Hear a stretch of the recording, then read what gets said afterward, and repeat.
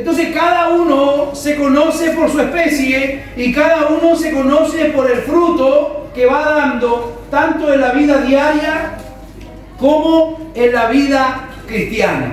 Así que quiero que vaya con su Biblia a Gálatas capítulo 5.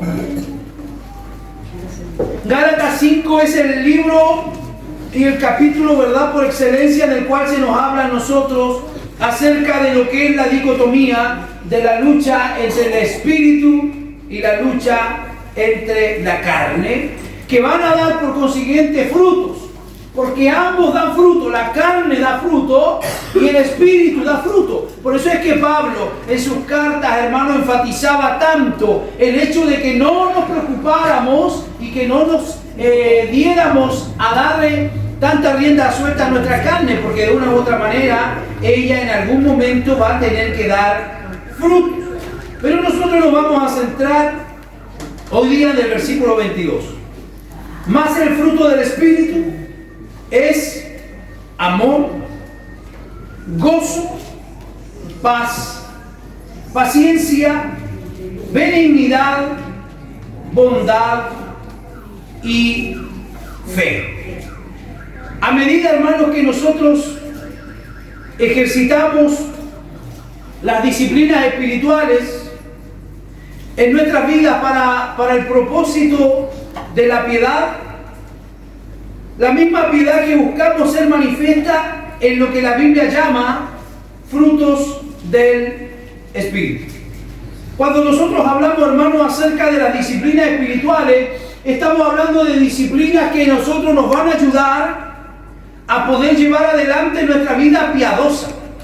Porque la intención en nuestra vida cristiana es que nosotros comenzamos siendo algo. Venimos al Señor siendo algo, pero ese algo va sufriendo una transformación en la medida que los años y los meses van pasando. No se puede concebir que un cristiano va a tener las mismas características o va a tener los mismos pecados, los mismos problemas con los cuales llegó a la iglesia. Si usted llegó a la iglesia siendo una persona adicta, con el correr del tiempo el Señor tiene que hacer una obra en usted y tiene que manifestar que la gracia del Espíritu Santo ha hecho una obra en usted. ¿Y cómo lo vamos a manifestar? Gritándolo, diciéndolo, no. Lo vamos a manifestar a través de los frutos que van a haber en nuestras vidas. Así que los frutos espirituales, hermanos, de alguna manera son como el resultado de esa vida de piedad que cada uno de nosotros tiene que llevar. Hay que considerar el contexto del fruto del Espíritu en Gálatas. Y entonces vamos a comenzar a considerar cómo las disciplinas espirituales van a ayudar a cultivar lo que en realidad es el fruto del Espíritu. La iglesia, los hermanos de Gálatas, quienes habían creído en el mensaje del Señor a través de lo que Pablo les había hablado, a través de la fe. No se olviden lo que dice Gálatas 2:8-9, que por gracia sois salvos por medio de la fe. Pero llega un momento en que los judaizantes quieren interiorizarse y quieren entrar de nuevo a la iglesia y quieren llevar a los hermanos a que se puedan seguir judaizando, circuncidando y muchas otras cosas que Pablo ya les había enseñado, que ahora la salvación no era a través de las conductas religiosas que ellos pudieran tener, sino a través de la salvación. Entonces es en ese contexto el que el apóstol Pablo les hace ver a ellos la diferencia que hay entre la carne y el espíritu. El mensaje de Pablo está basado en el poder del Evangelio. El poder del Evangelio para salvar desde el presente edad hasta la edad, ¿verdad?, que hoy estamos nosotros enfrentando los últimos tiempos. Al último tiempo se le denomina dentro de la teología reformada, desde que Jesucristo ascendió al cielo, estamos viviendo los últimos días y los últimos tiempos. A nosotros nos ha tocado vivir en estos últimos tiempos, pero el mensaje de Pablo está basado en el poder del Evangelio para poder salvar. No hay otra forma, queridos hermanos, como el hombre o la mujer pueda obtener la salvación si no es solo a través del conocer el Evangelio. También Pablo dice que a Dios le agradó salvar al pecador a través de la locura de la predicación. locura para el que no conoce el poder del Espíritu Santo, pero para nosotros es poder de Dios. No es ninguna locura porque nosotros entendemos cuál es el mover y el propósito que el Señor realiza en la vida de cada persona que escucha el Evangelio. Vaya con su Biblia a Gálatas capítulo 1, donde de alguna manera está ahí la presentación que hace, el enunciado que hace Pablo. Pablo dice a Pablo apóstol, no de hombre ni por hombre, sino dice por Jesucristo y por Dios el Padre que lo resucitó de entre los muertos. Otra traducción dice que fue enviado por Jesucristo y por Dios el Padre que lo resucitó de entre los muertos. Aquí el apóstol Pablo está aclarando el verso 3 y verso 4, gracia y paz sean a vosotros de Dios el Padre y de nuestro Señor Jesucristo, el cual se dio a sí mismo por nuestros pecados para librarnos del siglo presente. ¿Cómo es el siglo presente? ¿Qué dice su Biblia? ¿Cómo es? Malo. Por mucho que oremos, ayunemos y queramos convertir al diablo y hacer muchas cosas, la Escritura nos dice que el siglo presente es un siglo malo. Así que lo que nosotros hoy vemos que está ocurriendo en medio del mundo, hermano, no es nada comparado con lo que podría ocurrir. El siglo presente es siglo malo, conforme a la voluntad de nuestro Dios y Padre. Aquí el apóstol Pablo está diciéndonos y nos declara la gracia y la paz. Porque donde hay paz es producto de la gracia del Señor. Y donde se manifiesta la gracia del Señor también vamos a tener como resultado paz en nuestra vida. Paz de nuestro Dios y Padre y del Señor Jesucristo, quien se entregó a sí mismo por nuestros pecados para rescatarnos del presente mal tiempo, según la voluntad de vuestro Dios, dice la otra traducción.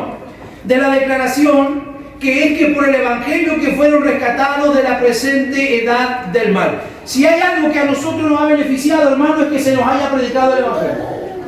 Ya sea por un hombre muy sabio, muy culto, o ya sea por un hombre humilde, que a lo mejor hasta le costaba pronunciar a veces las palabras del Evangelio. Pero de una u otra manera, nosotros hemos sido salvos y mucha gente va a ser salva a través del único método que hay, que es el Evangelio. Hablaba hace un tiempo atrás y daba una charla acerca de la obra de las misiones. Y la verdad es que cuando hablamos de la obra de las misiones, vamos a tener a mucha gente y van a haber muchas tribus y van a haber muchos lugares donde Dios se le manifestó a muchos líderes de esos lugares a través de sueños. A través de sueños, a través de manifestaciones espirituales les llegó la presencia de Dios y les llegó la revelación a muchas tribus, hermanos, en diferentes continentes. Pero de alguna manera, tiempo después, llegaron misioneros. Y esos misioneros llegaron con el mensaje del Evangelio. Así que de alguna manera nosotros tenemos que entender, mis queridos hermanos, lo que la palabra del Señor a nosotros nos enseña, que la justificación es por la fe en Jesucristo. Y esa debe ser la centralidad de nuestro mensaje. La justificación es por fe en Jesucristo y no por obras. Y eso lo deja muy claro, el Evangelio lo deja muy claro Pablo, ¿verdad? Hablando ahí, como dije recién, en Efesios 2, 8 y 9. Por gracia sois salvos por medio de la fe, y esto no de vosotros, pues es don de Dios. No por obras para que nadie se gloríe. ¿Se ha imaginado usted alguna vez si el Evangelio fuera por obras? ¿Se ha imaginado si la salvación fuera por obras? Que dice Gálatas 2:16, sabiendo que el hombre no es justificado por las obras de la ley, sino por la fe de Jesucristo. Nosotros también hemos creído en Jesucristo para ser justificados por la fe de Cristo y no por las obras de la ley. Por cuanto por las obras de la ley nadie sería justificado. Eso nosotros lo tenemos claro como iglesia, ¿verdad? Que por mucho tiempo estaba la ordenanza y estaba la ley, y la ley fue puesta como un ayo, la ley fue puesta como algo que nos tenía que conducir a la salvación y a la gracia. De ahí también que de alguna manera se manifiesta y se enseña y se nos ayuda y se nos lleva a nosotros a comprender que no hubo ser humano sobre la faz de la tierra que fuera capaz de cumplir la ley. Porque dice también la Escritura que si alguno faltaba en una pequeña ápice a la ley, se hacía culpable de toda la ley. Así que el hombre humanamente le era imposible, estaba ilimitado a cumplir la ley y de esa manera obtener la salvación y vida eterna. Así que la única manera en que el hombre puede ser salvo es a través de la gracia y justificado por la fe de Jesucristo. Hemos creído en Jesucristo para ser justificados por fe, porque ese es el medio con el cual nosotros creemos. Justificados a través de la fe, de alguna manera nosotros tenemos paz para con Dios. Ahora, ¿cuál es el rol del Espíritu Santo en esto? ¿Cree usted que el Espíritu Santo tiene importancia en lo que estamos hablando? Sí. Amén. ¿Cree que si yo digo, no, pastor, yo desde hoy día voy a ser una persona más alegre, desde hoy día voy a ser una persona más paciente, desde hoy día voy a ser más bondadoso? ¿Cree usted que logremos y que sea posible si no es con la ayuda directa del Espíritu Santo? Imposible. ¿Estás tratando de lograr tu objetivo por el esfuerzo humano? ¿Está tratando de alguna manera usted de lograr que su objetivo sea hecho a través del esfuerzo, que de una u otra manera pueda hacerlo a través de su propia humanidad, a través de su propia fuerza? ¿Qué dice Gálatas 2:20? Con Cristo estoy juntamente. ¿Cuántos se han crucificado con Cristo? Y ya no vivo yo, más vive Cristo en mí. Y lo que ahora vivo en la carne, lo vivo en la fe del Hijo de Dios, el cual me amó y se entregó a sí mismo por mí. No desecho la gracia de Dios, pues si por la ley fuese la justicia, entonces por demás murió Cristo. El apóstol Pablo está dando evidencia y él está diciendo: yo estoy juntamente crucificado con Cristo. Y cuando él habla esta palabra, la habla desde la perspectiva teológica de la profundidad de lo que eso significa. Con Cristo estoy juntamente crucificado, y él dice: ya no vivo yo, ahora vive Cristo en mí. Lo que hablábamos anoche en la sesión de matrimonio es un poco eso, reflejar el carácter, reflejar la imagen de Dios, reflejar la creación de Dios. Es eso: ya no vivo yo ahora Cristo vive en mí, y lo que ahora vivo en la carne lo vivo en la fe del Hijo de Dios, el cual se entregó a sí mismo por mí. Mire, Pablo literalmente está diciendo: yo estoy crucificado juntamente con Cristo. Y cuando él dice yo estoy crucificado con Cristo, él está diciendo y queriendo decir de fondo que todo lo que tiene que ver con el mundo y la mundanalidad no le interesa, porque él ya tiene una posición, que la tiene ahora en Cristo. Pregunto: ¿cuántos de los que estamos esta mañana bajo este techo, en este recinto, están seguros que se han crucificado con Cristo y que no se baja de vez en cuando de la cruz para cometer uno que otro pecado?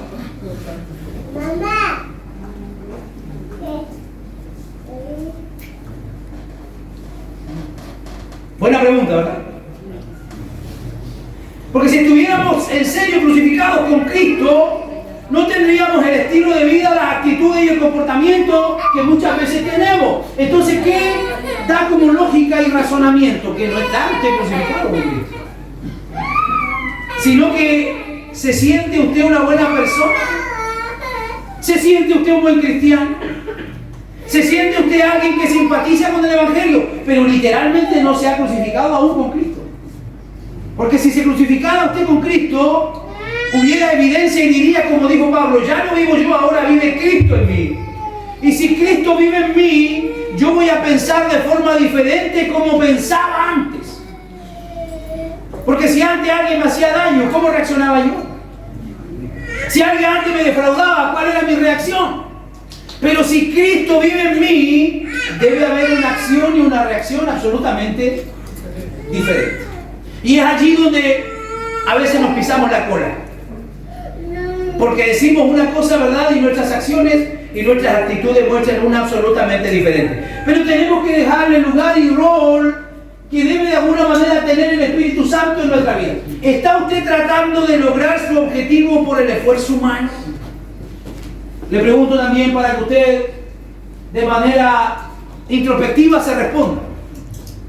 ¿Estás tratando de lograr tu objetivo por el esfuerzo humano? Considera esta pregunta: ¿el fruto se produce como resultado de nuestros esfuerzos o únicamente como resultado de la obra del Espíritu Santo? ¿Qué cree usted? ¿Qué cree usted? A ver. Considera esta pregunta. ¿El fruto se produce como resultado de nuestros esfuerzos o únicamente como resultado de la obra del Espíritu Santo? La obra del Espíritu Santo, absolutamente. Nosotros creemos en la obra de salvación y que la obra de salvación es absolutamente monergista. ¿Qué significa que la obra de salvación sea monergista? Que todo depende absolutamente de la voluntad de Dios. Pero cuando nosotros creemos de manera sinergista, estamos diciendo que a Dios hay que ayudarlo, como si Él necesitara ayuda. ¿Y cuántos de los que están aquí creen que Dios necesita ayuda para cambiarlo a usted? Dios no necesita nada, hermano. Dios lo hace desde la grandeza de su poder. A medida que el Espíritu Santo obra en nuestra vida, las buenas obras son realizadas. Y a medida que nosotros nos esforzamos por glorificar a Dios en nuestras vidas, estas obras provienen únicamente de la obra del Espíritu Santo en nosotros y dan fruto en nuestras vidas. Hablando de pecado, el otro día hacía una enseñanza en la unidad pastoral y les manifestaba y les decía que cuando la gente nos ve a nosotros hacer una obra mala, cuando la gente nos ve a nosotros reaccionar mal, cuando la gente nos ve responder mal, cuando la gente nos ve actuar mal, ese realmente somos nosotros.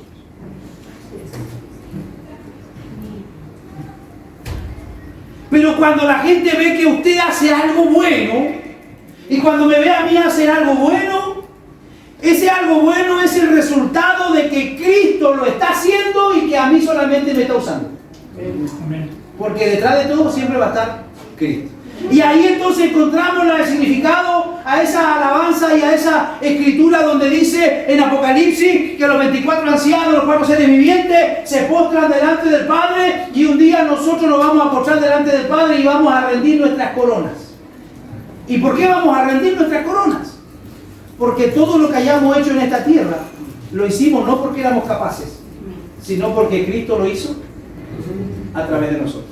Amén. Así que cuando tú ves a alguien haciendo algo bueno, no es Él, es Cristo que está usando ese cuerpo físico para hacer algo bueno. Porque nosotros lo único que sabemos hacer es el mal.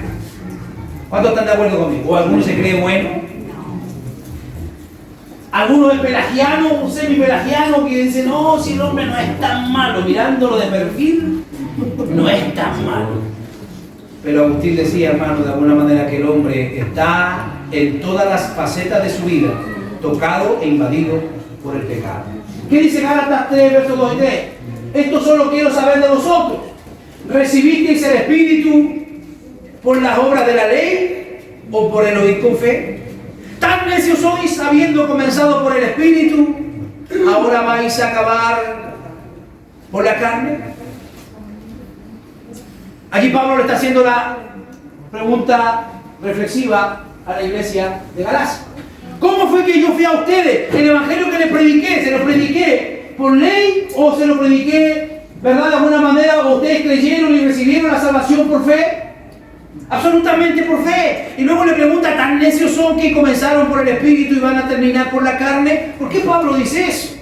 Porque ellos recibieron el evangelio y la salvación a través de la fe. Pero ahora vienen unos tipos y le dicen, no, ustedes tienen que circuncidarse, ustedes tienen que hacer esto, tienen que hacer esto otro, tienen que aquí, allá, agradar acá para ser salvos. Y entonces Pablo le dice, son tan tontos ustedes que si recibieron la salvación por el Espíritu van a terminar haciendo las obras de la carne.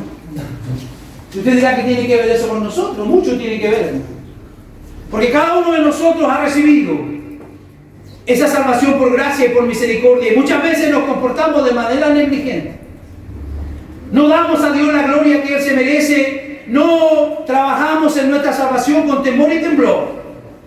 Y muchas veces pensamos y queremos también agradar a Dios a través de nuestras obras negligentes y a través de nuestra carnalidad. Para nosotros, en Filipenses, Pablo, ¿qué dice? Pablo describe que su meta es el premio del llamado ascendente de Dios en Jesucristo. Vaya por favor con su Biblia si quiere a Filipenses, capítulo 3, versículo 14. ¿Qué dice Pablo? Hermano mío, en el verso 13, hermano, yo mismo no pretendo haberlo ya alcanzado, pero una cosa hago. ¿Qué hace Pablo? Olvidando ciertamente lo que queda atrás. Dígale que está a su lado, olvida el pasado. Y extendiéndome a lo que está delante, prosigo a la meta, al premio del supremo llamamiento de Dios en Cristo Jesús. ¿Cuál es el premio del llamado ascendente de Dios en Jesucristo? Él lo hace explícito en Filipenses 3 al describir su premio diciendo, ¿qué dice en Filipenses 3, 10 y 11? A fin de conocerle y el poder de su resurrección. Estamos estudiando la historia del cristianismo y en la clase pasada me parece haberles enseñado que en los primeros siglos a la doctrina que más se le daba hincapié y la doctrina que más se enseñaba era la doctrina de la resurrección. Del siglo II en adelante se le dio énfasis a otra doctrina, al sacrificio, a la cruz. Pero en los primeros siglos la iglesia lo que más honraba y adoraba era la resurrección. ¿Qué es lo que nos está diciendo aquí el apóstol Pablo? A fin de conocerle el poder de su resurrección y la participación de sus padecimientos, llegando a ser... ¿Cuál es el propósito de que tengamos fruto, que avancemos, que crezcamos en el Evangelio? Llegar a ser semejante a ¿quién? A Él en su muerte. Si en alguna manera llegase a la resurrección de entre los muertos. Pablo aquí extiende su búsqueda del objetivo. El objetivo y es potenciado por Jesucristo. Solo porque fue Jesús quien primero hizo a Pablo suyo. Pablo dice, no que yo lo haya alcanzado todo, no que sea perfecto, sino que prosigo para tomar o para hacer aquello por lo cual también fui asido por Cristo. O sea, Pablo está esforzándose, Pablo está trabajando, Pablo está haciendo la obra de Dios. ¿Por qué? Porque él entendió que no fue él el que buscó y agarró a Dios, sino que Dios lo amó y Dios lo llamó a él primero. Y eso es una honra, hermano, que nosotros tenemos que agradecer. Porque nosotros andábamos pecando y pecando. Pero Dios en su gracia nos llamó, nos aferró y hoy día estamos, hermanos, gracias a su misericordia. El escritor Andrés Nichol ha descrito cómo nos esforzamos por aferrarnos a Cristo de una manera muy similar cuando dice, aferrarnos a Él es nuestro deber, pero es obra del Espíritu Santo que está obrando a través de Pablo, así también como el Espíritu obra en la vida de nosotros. Vamos a Colosenses 1:29.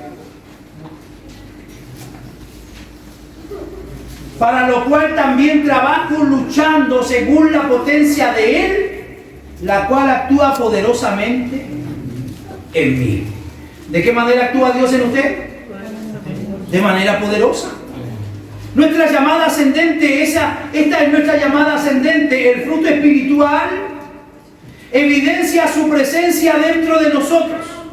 Ahora estamos motivados por la relación que tenemos con Cristo y la promesa de Dios de que cada vez somos transformados más y más a la imagen de Cristo. Lo dice Filipenses capítulo 1, versículo 6. Estando persuadido de esto, que el que comenzó en vosotros la buena obra, la perfeccionará hasta el día de Jesucristo. Levante la mano todos los que creen en esta hora que el Señor ha comenzado una obra en usted. Amén. Y que usted ya no es el mismo. Aun cuando en su carnet, la misma foto, ¿verdad? Parece, pero no somos los mismos, hermano. El Señor ha comenzado en nosotros. Pero tenemos que estar persuadidos, o sea, convencidos y seguros que el que comenzó en vosotros la buena obra, ¿qué dice? La perfeccionará. Así que tenemos que entender, hermano, que el que está sentado al lado suyo o el que está sentado atrás suyo está siendo perfeccionado. Por si alguno de ustedes cree que ya somos santos y que estamos listos y que prácticamente nos faltan alitas para irnos al cielo, está equivocado.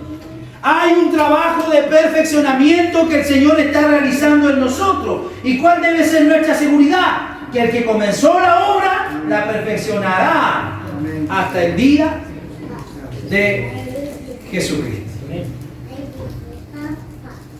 Dígale que está a su lado, están trabajando en mí. Así que cuando me ven por ahí, hermano, con algún condor o alguna actitud que no corresponde, es porque están trabajando en mí. Todavía no soy lo que usted cree que yo soy, sino que Dios está trabajando. ¿Qué dice Romanos 8:29?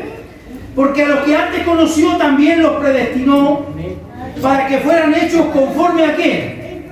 A la imagen de su Hijo, para que Él sea el primogénito entre muchos hermanos.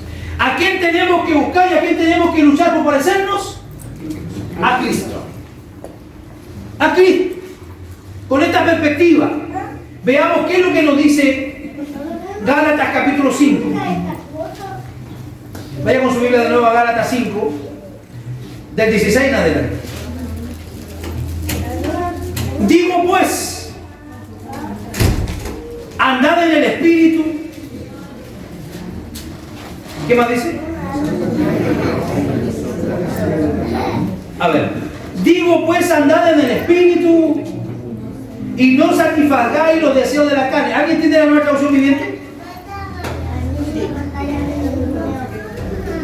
Vaya por favor con la nueva traducción viviente. Me hizo falta la vemos y aquí tengo su Biblia.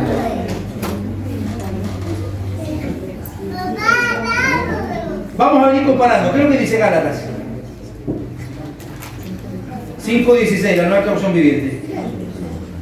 Por eso les digo, dejen que el Espíritu Santo los guíe en la vida, entonces no se dejarán llevar por los impulsos de la naturaleza pecaminosa. ¿Se da cuenta por qué llevamos esta vida? No satisfagáis los deseos de la carne. Mire, ¿ve usted al diablo en algún lado aquí? En esa lectura del versículo, ¿ve usted al diablo? Porque la gente le echa toda la culpa al diablo. Pero ¿qué es lo que está diciendo? No satisfagáis, o sea, le está hablando directamente a ustedes personalmente, a mí personalmente, los deseos de la carne, porque el deseo de la carne es contra el espíritu y el espíritu contra la carne, y estos se oponen entre sí. ¿Para qué? ¿Para qué se oponen? Para que no hagáis lo que quisierais. O sea, para que no hagáis lo que prometiste el domingo que iba a hacer. Porque el domingo de aquí salimos todos con promesas, hermano. Salimos que nunca más, Señor, y no lo voy a volver a hacer. Pero mañana van a venir los impulsos, como dice aquí. Y no les echa culpa al diablo, son impulsos de nuestra propia naturaleza. ¿Qué dice el 17? La naturaleza pecaminosa desea hacer el mal, que es precisamente lo contrario de lo que quiere el espíritu. Y el espíritu nos da deseos que se oponen a los que desea la naturaleza pecaminosa.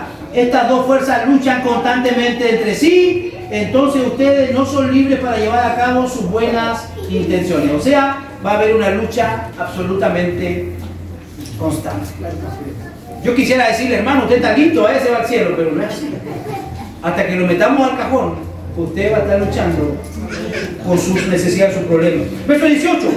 Pero si sois guiados por el Espíritu, no estáis bajo la ley. Pero cuando el Espíritu los guía, ya no están obligados a cumplir la ley de Moisés, lo que decíamos recién. Verso 19. Y manifiestas son las obras de la carne, que son adulterio, fornicación, inmundicia y lascivia. Verso 19.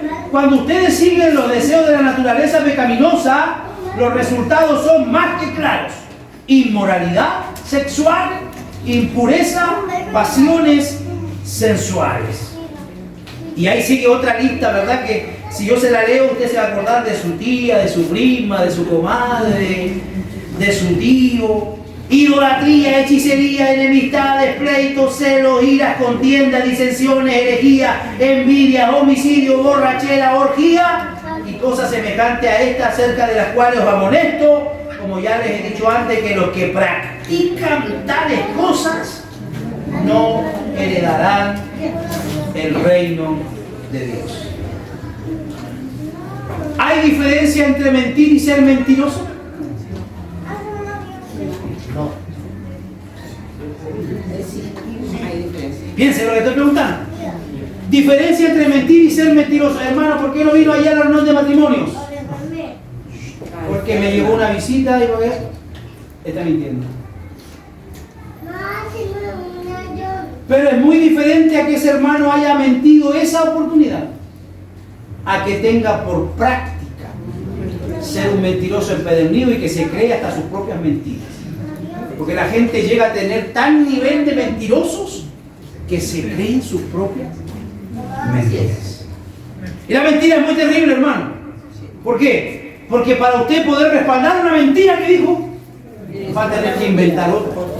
Y después va a tener que reemplazar esas dos mentiras, va a tener que tener una tercera. Y al final se va volviendo como ¿verdad? Como una bola de nieve, que cuando ya quiere usted salir de ahí se le hace difícil porque hizo toda una trama a través de las mentiras.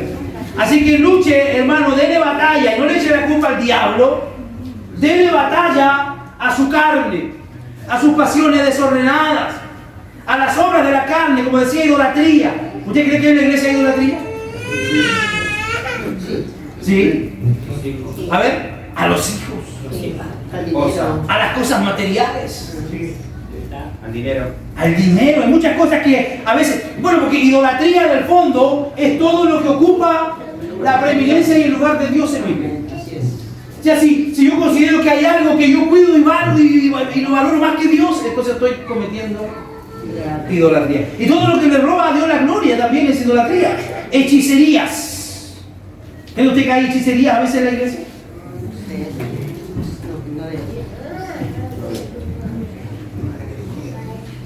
Dentro de la hechicería entran muchas cosas, muchas prácticas que a veces se cae en la superstición.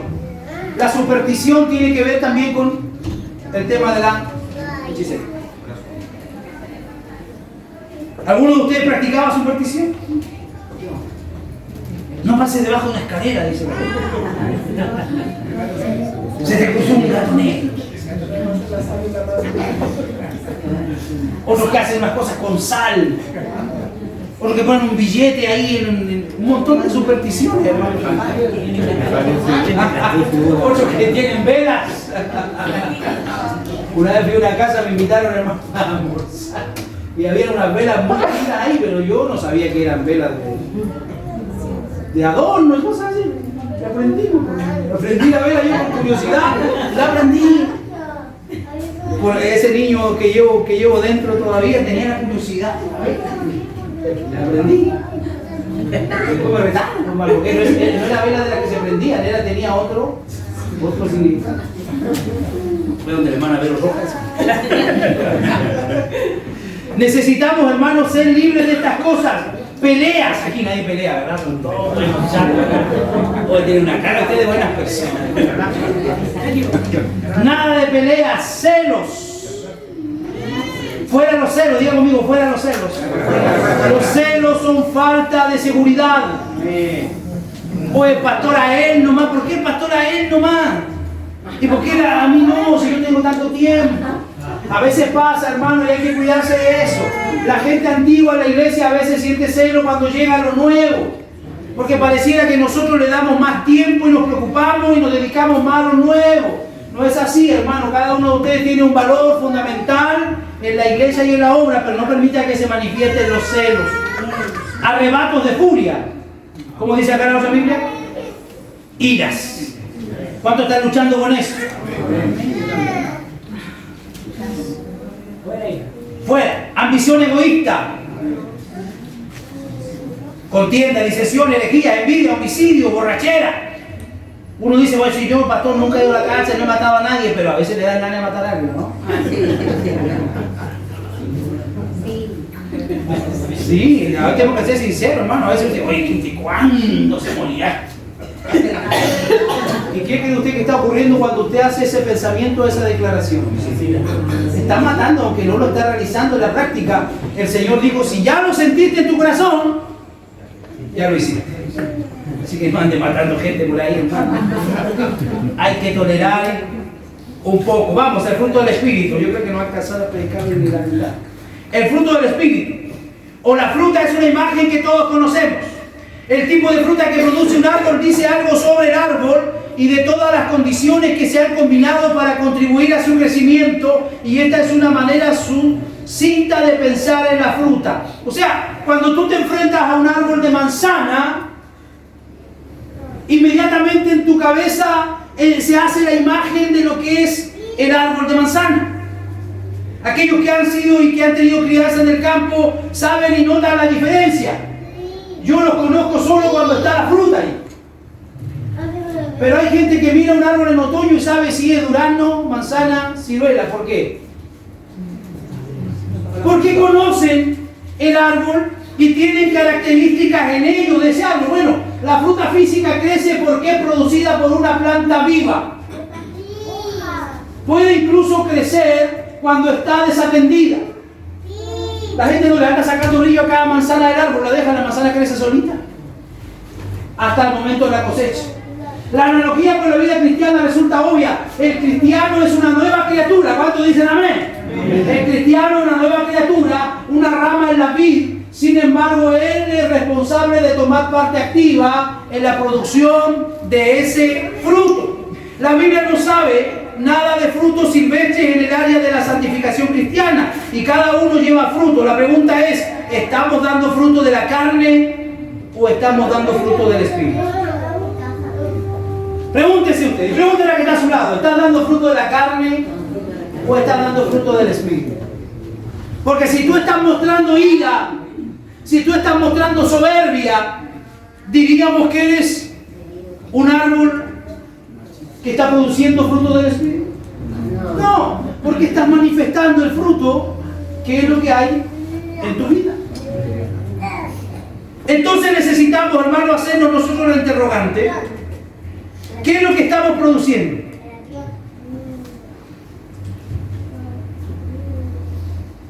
Lo primero que tenemos que entender, el primer fruto que el Señor manifiesta que usted y yo debiéramos tener como fruto del Espíritu es el amor. Primero le voy a decir qué es lo que no es el amor. El amor no es lo que nuestra cultura a menudo define como tolerancia. Porque hoy día nos quieren pasar gato por liebre. Y nos quieren decir que porque nosotros tenemos que amar, tenemos que tolerar grandes pecados entre nosotros y en la iglesia.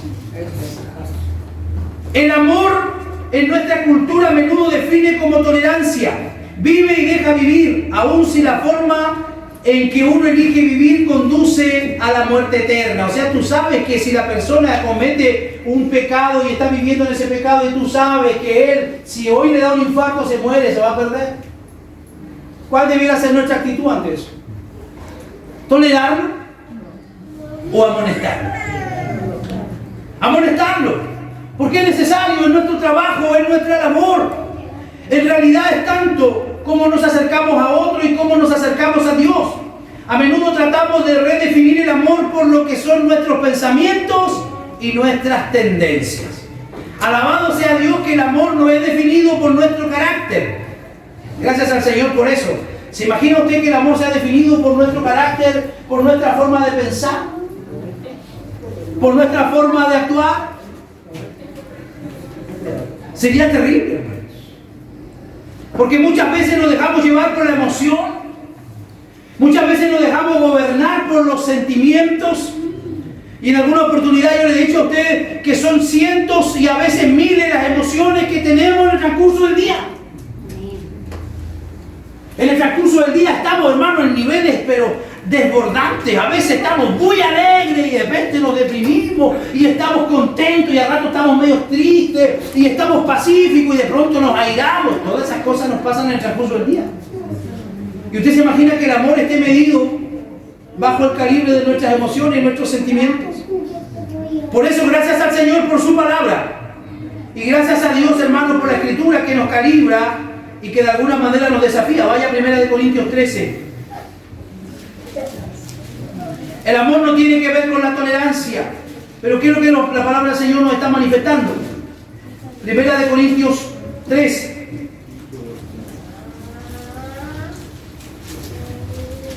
Si yo hablas en lenguas humanas y angélicas y no tengo amor, vengo a ser como un metal que resuena o como un címbalo que retiñe. Difícilmente usted podría guiar una canción con esto, ¿cierto? Porque esto lo único que hace es bulla. Así es el cristiano, que es mucha acción y nada de amor. ¿Qué es lo que nos dice la Escritura? Vengo a ser como un metal que resuena, un címbalo que retiñe. Y si tuviese profecía y entendiese todos los misterios y toda ciencia, y si tuviese toda la fe, de tal manera que trasladase los montes y no tengo amor. Hoy está hablando un tipo poderoso acá, si tuviera profecía y la ciencia y trasladar a los montes, o sea, que haga milagros, está diciendo eso, que haga milagros, que haga prodigios, y no tengo amor, nada soy. Y si repartiese todos mis bienes, un tipo generoso, para dar de comer a los pobres, y si entregase mi cuerpo para ser quemado, un tipo sacrificial, y no tengo amor, de nada me sirve. ¿Por qué? Porque el amor es... ¿Cómo es el amor? ¿Cuántos han sufrido aquí por amor? Se ríen, ¿eh? Ríanse la mano, levante la mano. Ríanse, no lo quiero meter en problemas. Se sufre por amor, hermanos, a veces. Pero el amor es sufrido. Jesucristo nos amó de tal manera que su sufrimiento fue incalculable. El sufrimiento de Cristo fue incalculable en la cruz del Calvario por cada uno de nosotros, y eso solamente fue hecho por amor. Y es tan desafiante que Pablo dice que el marido debe amar a su mujer, así como Cristo amó a la iglesia y se entregó a sí mismo por ella. O sea, un amor tan profundo, hermanos. Porque el amor es sufrido, el amor es... ¿Cómo es el amor? Benigno. O sea, siempre busca lo bueno. No tiene envidia. Si tú amas a tu hermano, es imposible que lo envidies. Porque si lo amas, el hermano le va bien, tú te alegras. Y si le va mal, lloramos juntos y tratamos de sacarlo adelante. El amor no es jactancioso. O sea, no es soberbio, no se envanece. El amor no hace nada indebido, no busca lo suyo, no es egoísta, no se irrita, no guarda rencor. El apóstol Pablo dice que no se ponga la noche, ¿verdad?, sobre vuestro enojo, sino reconcíliese. No se goza de la injusticia, más se goza. Todo lo sufre, todo lo cree, todo lo espera y todo lo soporta. El amor nunca deja de ser, pero las profecías se acabarán y cesará la lengua y la ciencia acabará. Pero el amor nunca deja de ser. Pablo dice que el amor no es envidioso. Esto también significa que no es celoso por lo que no le pertenece. No es codicioso, y en segundo lugar, el amor no se jacta y no es orgulloso. ¿Te jactas de otra cosa que no sea el Señor? ¿En qué clase de cosas nos jactamos, hermano? Pregunto. ¿Hay algo en lo cual usted se jacta? ¿Hay algo en lo cual usted se siente realmente orgulloso? Para nosotros los cristianos, si hay algo en lo que debemos jactarnos, en Cristo. Y de tener a Cristo en nuestra vida, porque todo lo demás es secundario. Nuestras adquisiciones, nuestras fortalezas, todo lo que podamos adquirir en esta vida, todo es secundario. Pero lo más importante para nosotros es que tenemos a Cristo. Así que si hay algo en lo que usted tiene que sentirse, hermano, agradecido, es que usted tiene a Cristo. Pregúntate cómo esta jactancia es muestra de amor a Dios y hacia los demás. Juan, el apóstol, describe el alarde y la actitud orgullosa del mundo diciendo, en 1 de Juan 2:16, porque todo lo que hay en el mundo, los deseos de la carne, los deseos de los ojos y la vanagloria de la vida, no proviene del Padre, sino que proviene ¿de quién? Del mundo. Léalo fuerte y claro ustedes ese versículo.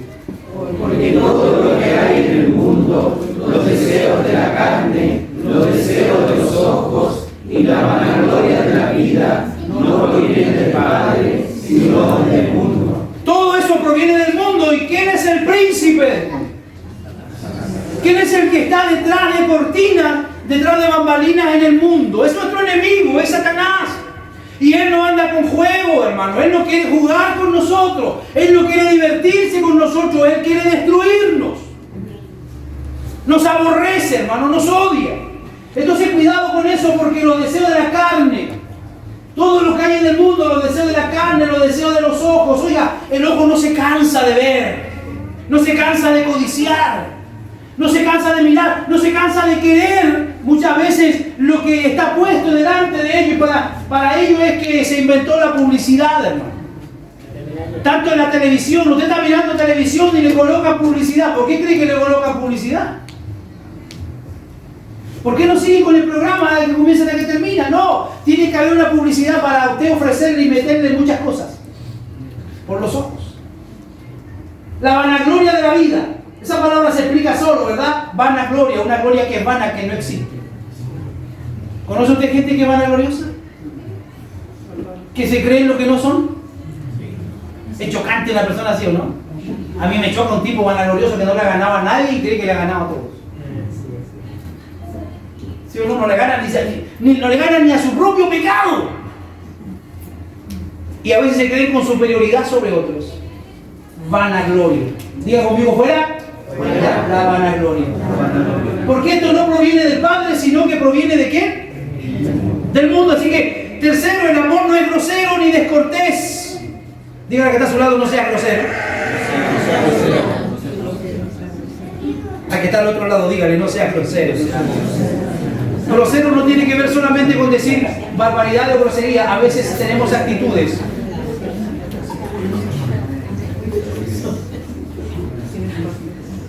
Pregunto, ¿eres considerado? ¿Cuántos son considerados aquí? ¿Consideras tú los sentimientos de los demás? ¿Eres egoísta? ¿Permites con facilidad que los intereses de otra persona impongan tu horario? A veces tenemos problemas con eso, ¿verdad? Yo sé hay algo que valoro en mi horario. Si a mí me dicen a las 5, es a las 5, no a las 5:05, a las 5:10, es a las 5. Amén. Amén. Amén. Bienvenido. Tú sabes que es así. Pero a veces somos muy cuadrados en eso y a veces hay momentos donde hay que tener un poco de misericordia y tener comprensión. ¿Te enojas fácilmente? A dos manos arriba, porque eso sí es para avergonzarse, ¿verdad? ¿Te enojas fácilmente? ¿Cómo le dice la gente eso? Mecha corta. Mecha corta por bolitas. ¿Te enojas fácilmente? ¿Ardes con facilidad? ¿Tienes un hacha para machacar cualquier política particular o compañero de viaje o mientras lo agredes o tratas, ¿verdad?, de hacer lo que él no quiere hacer contigo y tú lo machacas poniendo autoridad sobre ellos? Muchas veces somos así en la vida. El amor no se deleita en el mal, sino que se regocija con la verdad. ¿A cuánto le gusta la verdad? Somos portadores, hermanos, de la verdad. Que la descripción que da David de los impíos no sea verdadera de nosotros, que nosotros amamos más el mal que el bien, la falsedad en lugar de decir la verdad. Vamos por favor al Salmo 52, verso 3. Si alguien es más rápido, por favor me lo lee, que me está apurando la hora. Salmo 52, 3. Amaste el mal más que el bien y la mentira más que la verdad. Yo creo que hoy vamos a quedar hasta aquí. Lo que es el amor. Consideremos positivamente lo que es el amor. Herman River ha escrito amablemente que el amor debe ser entendido especialmente como el amor a los hermanos. El amor a los hermanos. Como el fruto del Espíritu, este amor está enteramente determinado por la salvación concedida en Cristo. Es decir, su motivo. ¿Cuál fue el motivo por el que Cristo a usted lo salvó? ¿Porque usted se lo merecía? ¿Porque usted lo andaba buscando? No solamente lo hace con el motivo principal, que es el amor, y lo hace con una intensidad muy especial. Ahí están los versículos. Y tiene como objetivo algo muy importante lograr en nuestra vida, que es entender y sentir esa gratitud por lo que Él ha hecho. No hay lugar en la Escritura que esto sea más fácil de ver que en 1 de Juan 4, del 7 al 21. El amor se define principalmente por el carácter de Dios y no por el carácter nuestro. Y voy a quedarme aquí hoy leyendo 1 de Juan 4, del 7 al 21. Amados, amémonos unos a otros, porque el amor es de Dios. Todo aquel que ama ¿Qué dice su Biblia? Es nacido de Dios. Es nacido de Dios. O sea, no me vengas a decir que tú eres un nacido, un cristiano, si no amas a tu hermano. Y conoce a Dios.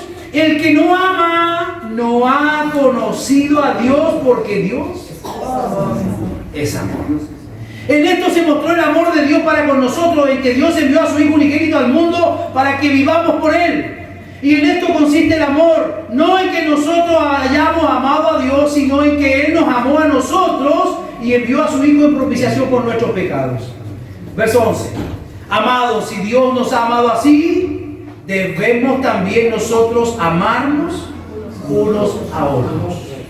Nadie ha visto jamás a Dios. Si nos amamos unos a otros, Dios permanece en nosotros y su amor se ha perfeccionado en nosotros. Y en esto conocemos que permanecemos en Él y Él en nosotros, en que nos ha dado su Espíritu Santo. Verso 14. Y nosotros hemos visto y testificamos que el Padre ha enviado al Hijo al Salvador del mundo. Verso 15. Todo aquel que confiese que Jesús es el Hijo de Dios, Dios permanece en Él y Él en Dios. Y nosotros hemos conocido y creído el amor que Dios tiene para con nosotros. Dios es amor y el que permanece en amor permanece en Dios y Dios en él.